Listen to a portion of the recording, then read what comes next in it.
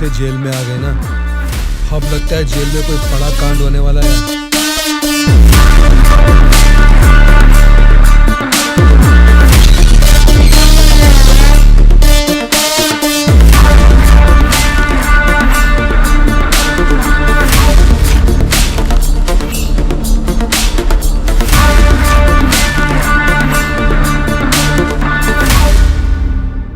उसे कब मारने का सोचा है? हो सके तो आज ही। आज छोड़ देना, कल विजिटिंग आवर्स है, मुमकिन नहीं होगा। परसों मारने का प्लान बनाओ। ठीक है फिर।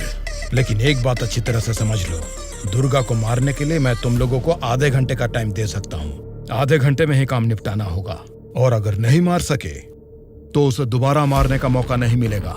जाओ।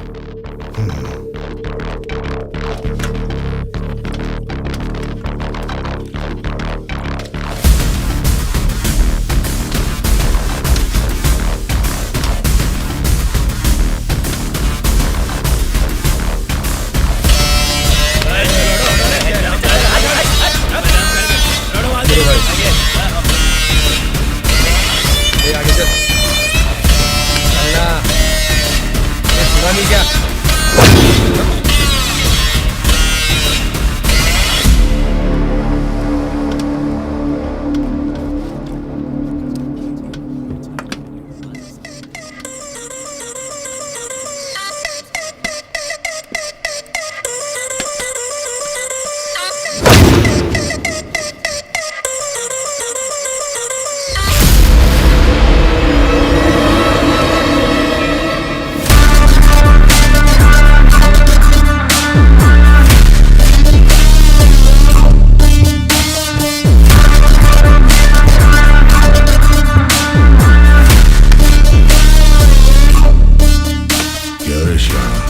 तभी मेरे आदमी को घूर के देख रहा था ना, अब मुझे भी देख ले एक बार।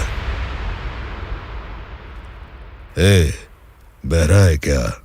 आंखें निकाल कर गोटियां खेलूंगा। ए, बोलना। तेरे से बात करे ला रे, समझ में नहीं आता भाई क्या बोल रहा है।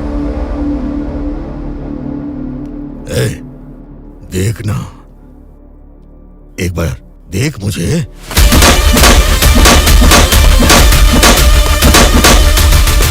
मेरे बारे में तुम जानता नहीं हो, सीधे तिहाड़ जेल में फेंक दूंगा।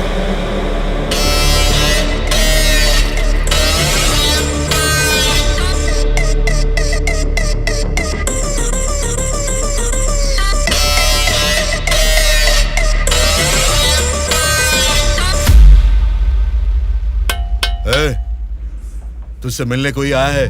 मिलने।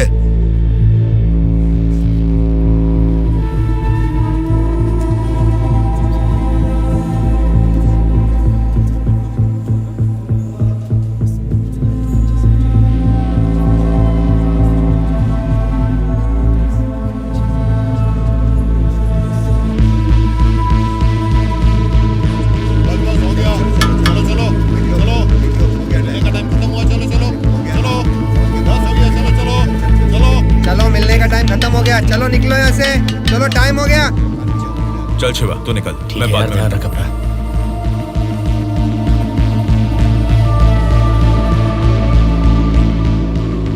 शिवा, भावना कैसी है? देखा, अभी याद आई ना तुझे उसकी? मुझे लगा तू भूल गया था।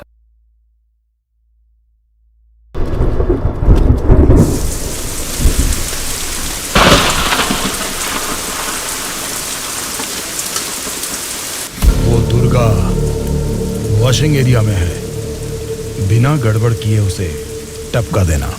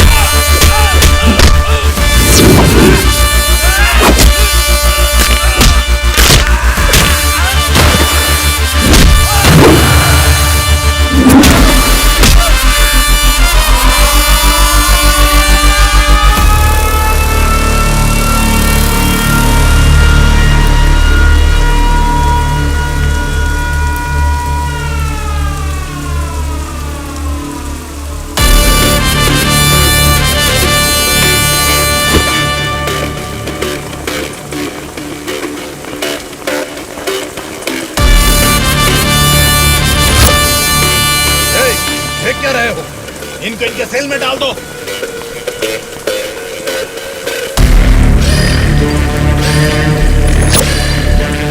हाँ जेलर साहब। यो बादशाह, तुम और 10 लोगों को भेजोगे ना तो भी जेल में उस दुर्गा को नहीं मार सकोगे। क्या हुआ जेलर साहब? क्या हुआ है? तुमने जिन 10 लोगों को भेजा उन्हें उसने कुत्ते की तरह पीटा। मुझे तो लगता नहीं है उनमें से एक भी जिंदा बचेगा। आइंदा जेल के अंदर ऐसी बचकानी हरकत मत करना। जेल के बाहर ही निपटाओ। प्लानिंग जेल के बाहर करो। रखो फोन।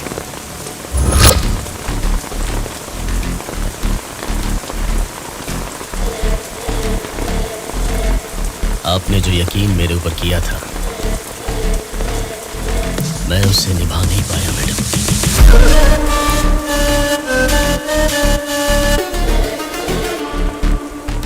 आप ये गन लीजिए मैडम। इस गन से मुझे अभी इसी वक्त यहीं पे मार दीजिए, नहीं तो मुझे एक और मौका दीजिए। मैं खुद जेल में जाकर उस दुर्गा को मारूंगा।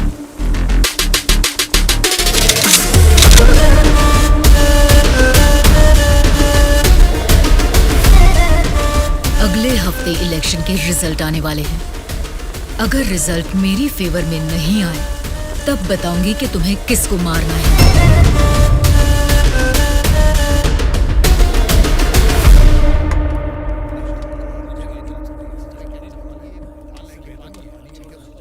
मेरा नाम दुर्गा है। सूर्या। कल मुझे बचाने के लिए थैंक्स।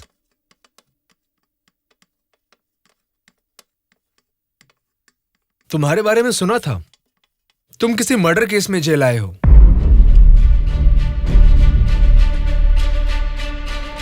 सूर्या, अगर तुम मेरे साथ काम करना चाहते हो तो कहो, मैं तुम्हें इस जेल से बाहर निकाल सकता हूँ और तुम्हारे ऊपर जितने केसेस हैं वो सब मिटा सकता हूँ। वो कैसे? मेरी सरकार में अच्छी जान पहचान है। अगर तुम हमारे साथ काम करना चाहते हो तो कहो, हमारी पार्टी सत्ता में आते ही तुम्हारे ऊपर से सारे केसेस हटवा दूंगा। तुम सच में मेरे ऊपर से वो केस निकलवा दोगे तो मैं तुम्हारे साथ मिलकर कुछ भी करने के लिए रेडी हूं। तो आज से हम दोनों फ्रेंड्स।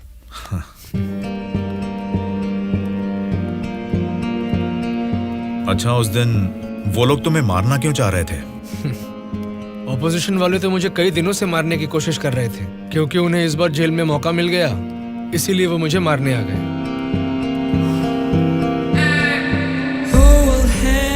अगर उस दिन वो लोग तुम्हें मार देते तो? क्या होता? जेल में तुम्हारे जैसे अच्छे फ्रेंड को खो देता।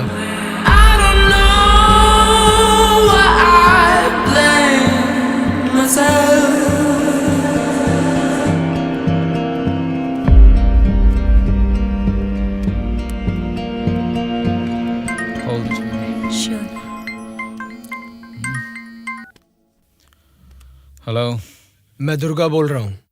बोलो दुर्गा। यहाँ जेल में मैं एक आदमी से मिला। किसी छोटे मोटे मर्डर केस में अंदर आया है, लेकिन उसकी हिम्मत अलग ही लेवल की है भाई। वो तो ठीक है, लेकिन क्या वो हमारे काम आएगा? बेशक वो हमारे काम आएगा भाई। ठीक है, इस बार इलेक्शन रिजल्ट्स अगर हमारे फेवर में नहीं आए तो तुम्हें बाहर आना पड़ेगा। ठीक है भाई। तब मैं मामा से बात करके तुम्हारे साथ उसको भी बाहर लाने का प्लान करूँगा।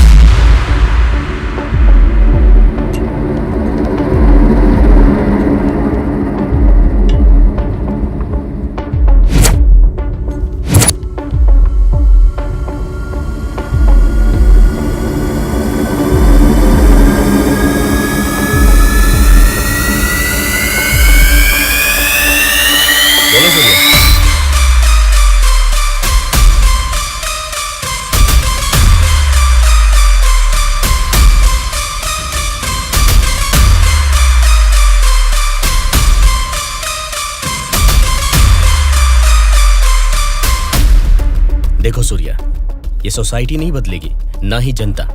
ये 100 साल के इतिहास में तुम्हें कभी लगा है कि वोट डालने का तरीका बदला है? हमें क्या लेना है सूर्या, मेरी बात सुन, ये सब अभी से छोड़ दे।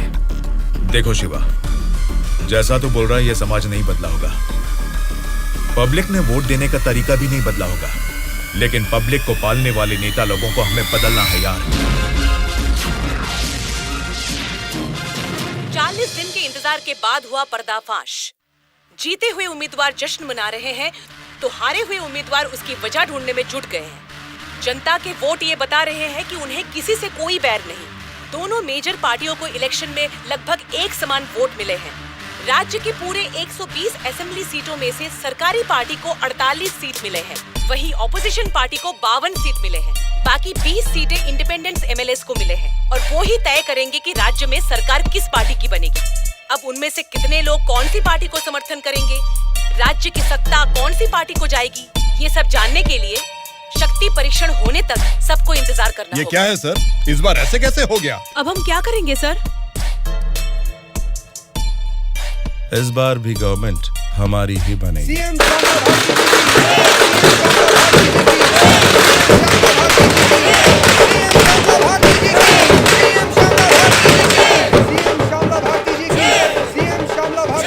मैडम, इस बार सरकारी पार्टी से आपकी पार्टी लीड में है। इस बार में आपका क्या कहना है? जनता को अब हमारे ऊपर यकीन आ गया है, इसलिए इस बार हमारी पार्टी लीड में है।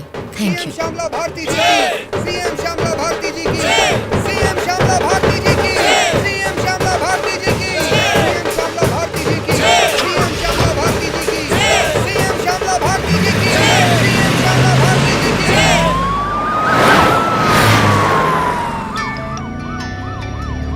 मैडम, सीएम राम मोहन राव जी का फोन आया है।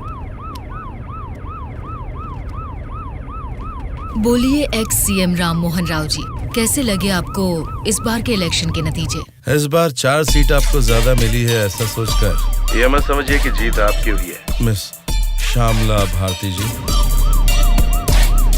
आपको सरकार बनाने के लिए आपकी पार्टी का और 10 एमएलए की जरूरत है।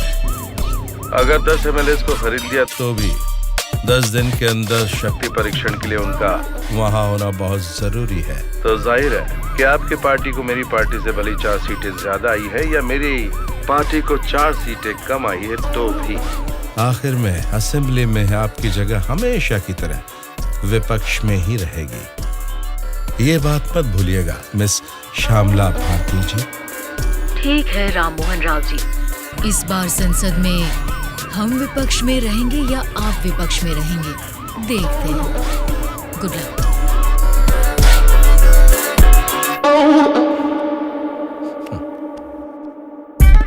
ये जानते हुए कि हमारी पार्टी लीड में है, ये राम मोहन राव कॉन्फिडेंटली कह रहा है कि हमारी पार्टी जीत नहीं सकती। इससे ये साफ पता चलता है कि हमारी पीठ पीछे साजिश हो रही है। हम एक लीडिंग पार्टी है, हमें हमारी पार्टी को सत्ता में लाने के लिए उन 20 इंडिपेंडेंस को हमारी पार्टी में लाने का कोई न कोई तरीका ढूंढना होगा। हमें उन 20 लोगों को जल्द खरीदना होगा मैडम, और उसका केवल एक ही रास्ता है। कौन सा रास्ता? अनंतगिरी में 20 साल से ना हारने वाले कल्याण प्रसाद को हमें सबसे पहले खरीदना होगा मैडम। उसी को क्यों? वही किंग मेकर है मैडम। जितने भी 20 इंडिपेंडेंट उम्मीदवार है वो सब उसी के हाथ में रहते हैं। तो फिर जल्द से जल्द बुलवाइए उसे। कल्याण प्रसाद को फोन करके कहो कि तुरंत मेरे फार्म हाउस पर आकर मुझसे मिले। ओके? ठीक है सर।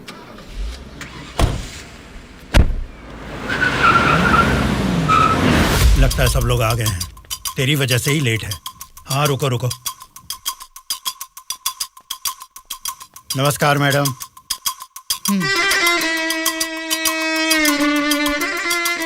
मैडम, डायरेक्टली पॉइंट पर बात करेंगे, इससे दोनों का टाइम बचेगा। मैं भी सीधे पॉइंट पर आकर बात करूंगी। आपके 20 एमएलएस को हमारी पार्टी को समर्थन देना होगा। इसके लिए आपके एक एमएलए की कीमत बताइए। एक एमएलए ने अपने मतदान क्षेत्र में जीतने के लिए तकरीबन 50 करोड़ रुपए खर्च किए हैं। एक एमएलए को 100 करोड़ दे दीजिए। क्या मतलब? एक एमएलए को 100 करोड़?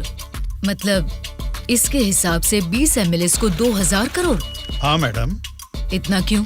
मार्केट में आजकल रेट बहुत बढ़ गए मैडम। एक जमाने में खाना पकाने का तेल 100 रुपए लीटर मिलता था और अब 230 रुपए हो गया है। फिर भी लोग खरीद रहे हैं ना। वैसे जनता के बारे में हम कुछ सोच रहे हैं क्या? नहीं ना। इसीलिए जैसे चीजों के दाम बढ़ गए हैं, वोटर्स ने भी अपने रेट बढ़ा दिए हैं मैडम। एक टाइम पे 1000 रुपए में मिलने वाले वोट अब 5000 में मिलते हैं। यहाँ कोई भी कैंडिडेट को देख के वोट नहीं डालता मैडम, वो वोट डालता है कैश देखकर ही। मतलब आपके एमएलएस को हमारी पार्टी को समर्थन देना है तो आपको 2000 करोड़ देने होंगे, सही कहा? 2000 करोड़ नहीं मैडम। तो फिर? 2500 करोड़। मतलब 2500 करोड़ रुपए। यस, वो 500 करोड़ किसके लिए? वो मेरा कमीशन है मैडम। आपका कमीशन 500 करोड़ है? जी मैडम, मैं आपको कोई प्याज टमाटर थोड़ी ना बेच रहा हूँ। इस राज्य की सत्ता 5 साल के लिए दे रहा हूँ आपको। इसके बदले में एक छोटी सी 500 करोड़ की रकम कमीशन लेने में कोई गलती नहीं है madam.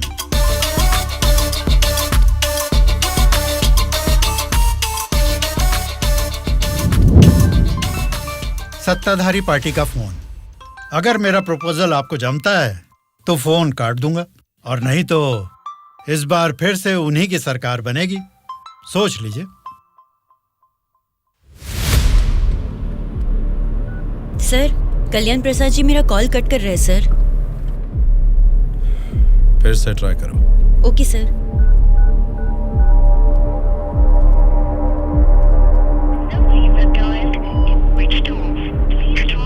Sir, phone switch off आ रहा है सर। ठीक है, उसे वॉइस मैसेज भेज दो। Okay sure sir. आपने 2500 करोड़ मांगे जो मैं दे रही हूँ। कोई गलती नहीं होनी चाहिए। शक्ति परीक्षण वाले दिन हमारे 20 एमएलए आपके पीछे दुम हिलाते हुए चलेंगे। आप जहाँ साइन करवाएंगी वहाँ करेंगे। अब आप सीएम पद की शपथ लेने के लिए तैयारी कीजिए मैडम। लेकिन उसके पहले हमें एक काम करना है। वो क्या है मैडम? आपने मुझसे हाथ मिला लिया है, ये खबर राम मोहन राव को जरूर पता चल जाएगी। हमें हमारे एमएलएस को सेफ रखना होगा। इसलिए उन सभी एमएलएस को राम मोहन राव से सेफ रखने के लिए मैंने बेंगलुरु में एक स्टार होटल पूरा बुक कर लिया है। शक्ति परीक्षण होने तक वो सारे उधर ही रहेंगे। आपके एमएलएस के साथ हमारे एमएलएस को भी मिलाकर उधर भेजेंगे तो वो सब साथ में वहाँ सेफ रहेंगे। आपकी बात सही है मैडम, पर उस राम मोहन राव के डर से सिटी से इतनी दूर बेंगलुरु में एमएलएस को रखने की जरूरत नहीं है मैडम। वो क्या है ना, शहर के बीचों बीच मेरे कंट्रोल में एक जगह है जिसके बारे में किसी को नहीं पता। ये 10 दिन हम अपने एमएलएस को वहीं छिपाएंगे तो टाइम भी सेव होगा और अपने लोग अपने ही साथ हैं, ये भरोसा भी रहेगा। लेकिन उतनी सेफ प्लेस इस सिटी में कहाँ है?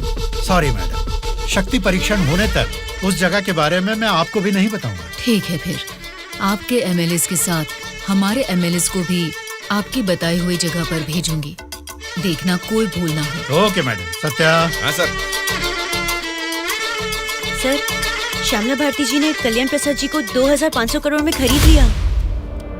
अब हमारी हालत क्या होगी सर? हमारी सरकार गिर गई क्या? सर, इलेक्शन में मैंने 100 करोड़ खर्च किया, अब मेरा क्या होगा सर? बताइए सर, क्या होगा? बस चुप हो जाओ। परेशान होने की जरूरत नहीं है। शक्ति परीक्षण में अभी टाइम है। मैं जानता हूं मुझे क्या करना है। आपकी बात मुझे समझ आ गई। अभी मुझे क्या करना है बोलिए। अनऑफिशियली किसी भी हालत में दुर्गा मुझे जेल से बाहर चाहिए, चाहे जितने भी पैसे लग जाएं। तुरंत जेलर से बात करके काम को अंजाम दो। ठीक है मामा, पर एक रिक्वेस्ट है। बोलो क्या है? दुर्गा के साथ एक और आदमी को जेल से बाहर निकलवाना है मामा। कौन है वो? उसका नाम है सूर्या। उसकी गट्स, उसकी हिम्मत, वो अलग ही लेवल की है। हो सकता है, लेकिन किसी भी अनजान आदमी के ऊपर इस तरह से आंख मूंद कर भरोसा कैसे कर सकता? ये स्टेट गवर्नमेंट का मामला है। अगर कुछ गलत हो गया तो मेरा पूरा पॉलिटिकल करियर खत्म हो जाएगा। मेरा यकीन कीजिए मामा, हमारे गवर्नमेंट को गिरने से बचाने के लिए इस ऑपरेशन में दुर्गा से ज्यादा वो ही एक्टिवली काम करेगा। ठीक है, अगर तुम उसकी इतनी तारीफ कर रहे हो तो काम खत्म होते इन दोनों को फिर से जेल में डाल दूंगा। मैं भी उससे जरूर मिलना चाहूंगा।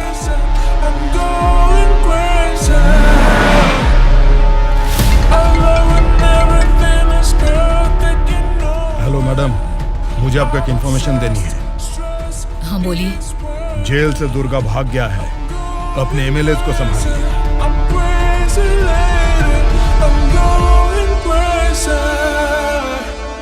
इनको अभी छोड़ के आपने वो पार्टी को इन्फॉर्मेशन क्यों दे दिया सर? वो लोग आपस में लड़के मरेंगे तो ही ना हम जैसे लोग सेफ रहेंगे।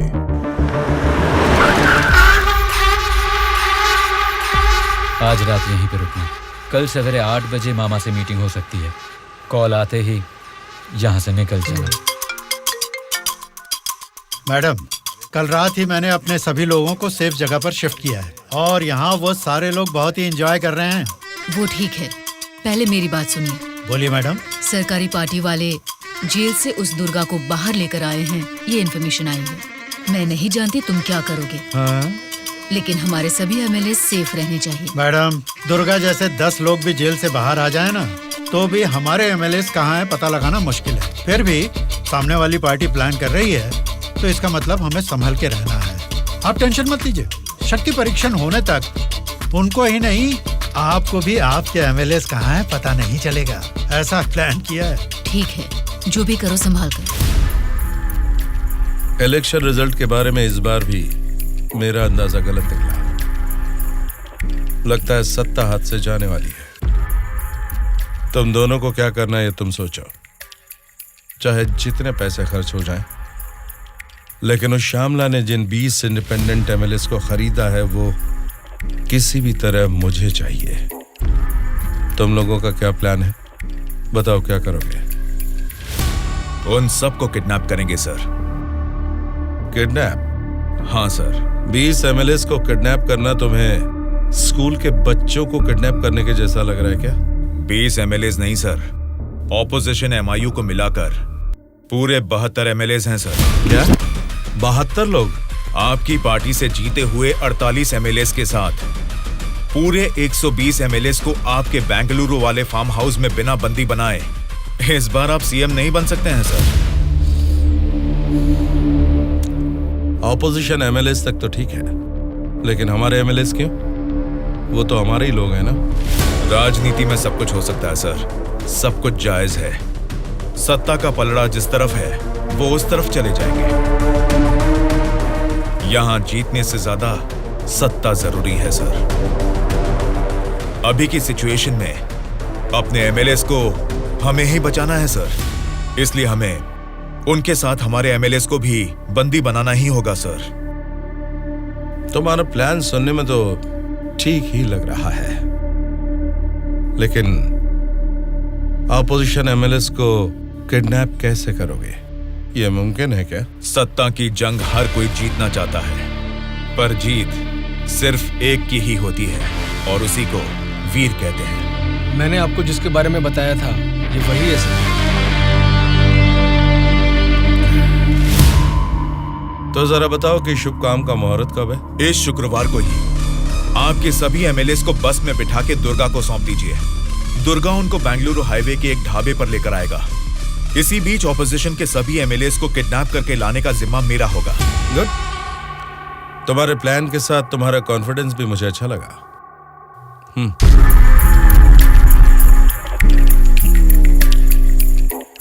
इस बैग में 2 करोड़ है, इसे सिर्फ एडवांस ही समझो। जैसा सोचा है, अगर काम वैसा ही हुआ तो तुम्हारे ऊपर जितने भी केस हैं उनको हटाने के साथ ही इस तरह के कई बैग्स तुम्हें मिलेंगे। इस बार भी आप ही सीएम पद की शपथ लेंगे, उसके लिए तैयार रहिए।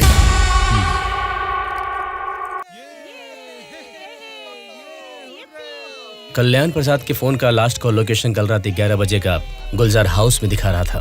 तभी से लेके अब तक वो किसी के टच में नहीं है।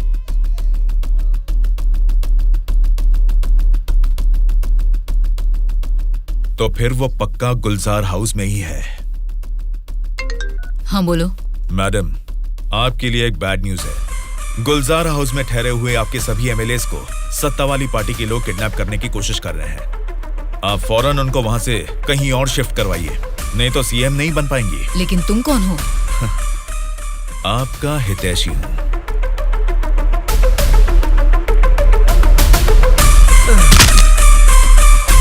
चलिए बैठिए आप लोग अंदर।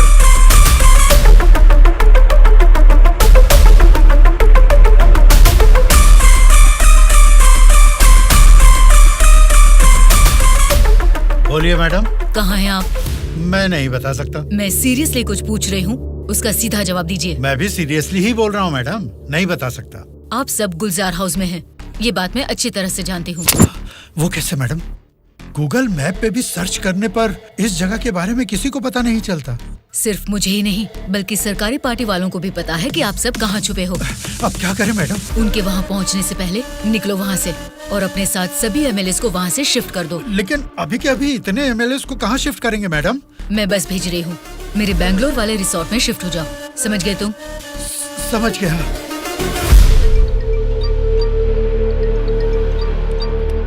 जी मैडम। बादशाह, तुम्हें मेरा एक काम करना होगा। बोलिए मैडम। हमारे सभी एमएलएस को हम अर्जेंटली एक बस से बैंगलोर रिसोर्ट में शिफ्ट कर रहे हैं। हमारी बस सेफली बैंगलोर पहुंचे तब तक तुम्हें उसे फॉलो करना है। ठीक है मैडम। तुरंत अपने आदमियों के साथ बैंगलोर हाईवे पर वेट करो। Okay madam.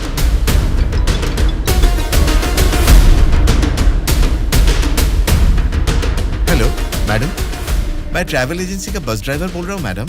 कहाँ पहुँचे तुम? मैं बिल्कुल सही लोकेशन में पहुँच गया हूँ मैडम। ठीक है, हमारे लोग वहाँ आएंगे, वेट करो। ठीक है मैडम।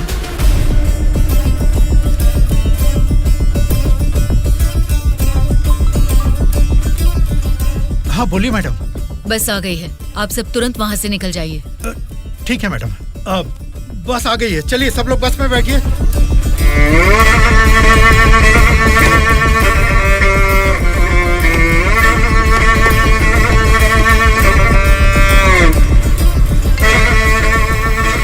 मैडम सब लोग बस पे चढ़ गए मैडम। अभी निकल सकते हैं क्या मैडम? Okay madam. बोलो सूर्या। दुर्गा, हमारा प्लान सक्सेस हुआ। अब सभी एमएलएस मेरे कब्जे में हैं। तुम हाईवे के ढाबे पे वेट करो, मैं भी पहुंचता हूँ। ओके। क्या रे, कुछ पता? बोली मैडम।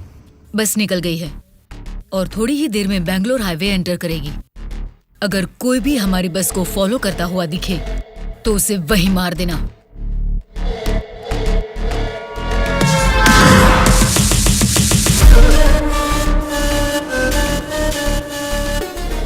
मैडम, हमारे एमएलएस की बस अभी सामने से क्रॉस हो गई है। तुम ध्यान से हमारी बस को फॉलो करना, ठीक है? ठीक है मैडम। ए चलो रे।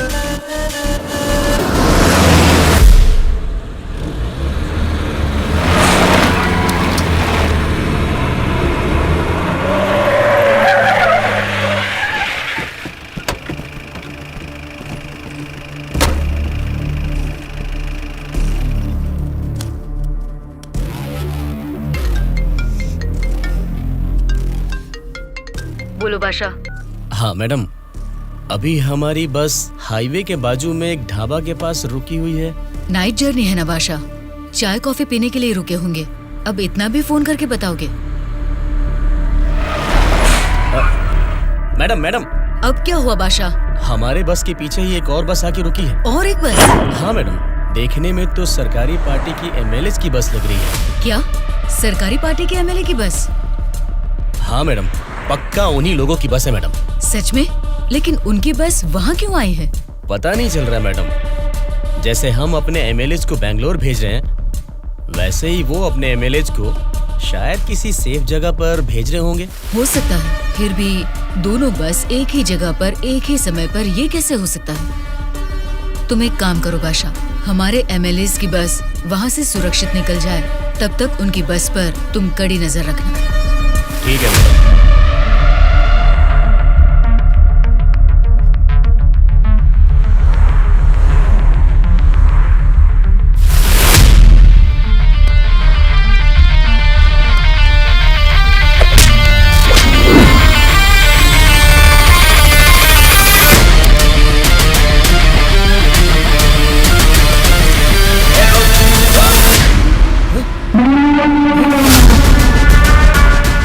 बोलो बादशाह। हमारे बस ड्राइवर ने सरकारी पार्टी के बस ड्राइवर दुर्गा को मार के उनकी बस को भी हमारे बस ड्राइवर ही ड्राइव करके ले जा रहे हैं मैडम। व्हाट? उनकी बस को हमारे ड्राइवर क्यों ले गए हैं? मुझे भी कुछ समझ में नहीं आ रहा मैडम। ठीक है, मैं अपने ड्राइवर को फोन करके पता लगा लूंगी। पहले तुम हमारी बस को फॉलो करो। Okay madam.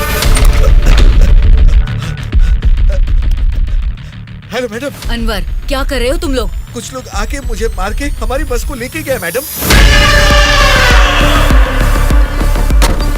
बोली मैडम। बादशाह, वो लोग अपने ड्राइवर नहीं हैं, कोई क्रिमिनल्स हैं। उनका पीछा करो। Stop them right now. ठीक है मैडम।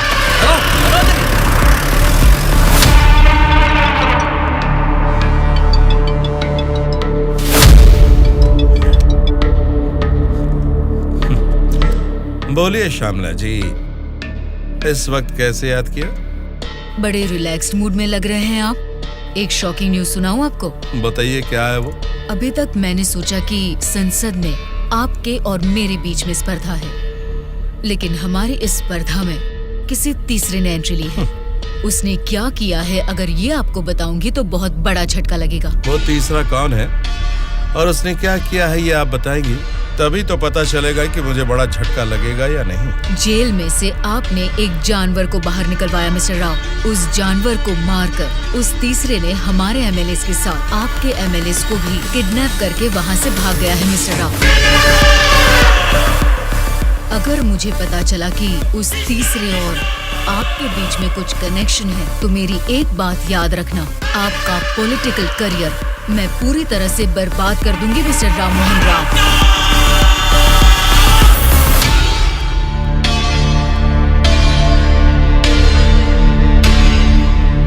क्या हुआ मामा? उस दुर्गा को कॉल कर।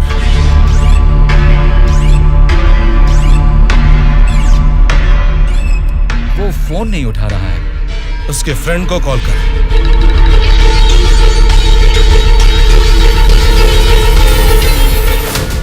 मेरे पॉलिटिकल करियर में ये फर्स्ट टाइम है जब मैंने किसी पर यकीन करके धोखा खाया। बोल कौन है रे तू? बोला था ना, ये सत्ता की जंग हर कोई जीतना चाहता है, लेकिन किसी एक को ही जीत मिलती है, उसी को वीर कहते हैं। अब वो जंग शुरू हो चुकी है। वीर कौन है और वो जंग किस मकसद से कर रहा है, आगे आगे तुमको सब समझ में आएगा। तब तक के लिए वेट एंड सी।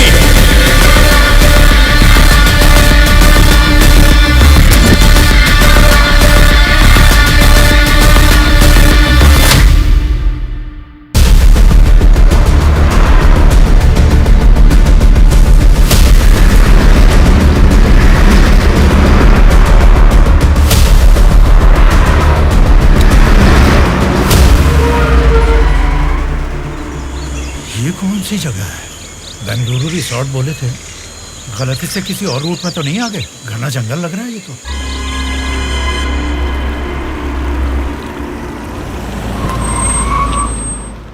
सर वो क्या है कि तुम पर भरोसा करके काम सौंप दिया, इसके लिए तो मुझे खुद को जूते मारने चाहिए। अपना ये चेहरा फिर मुझे कभी मत दिखाना।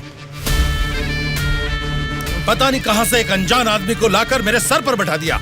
अब देखो उसने क्या किया है। सॉरी मामा। मर जाओ जाकर।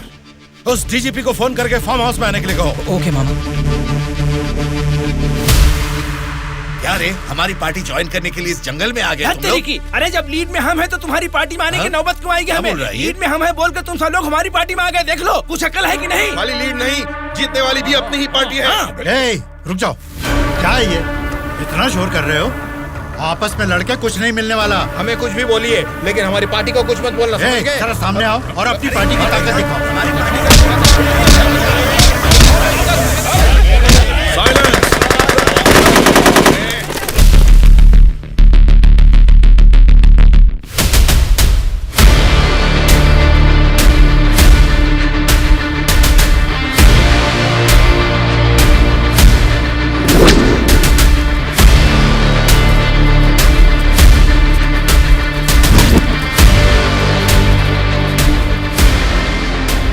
क्या सोच रहे हो?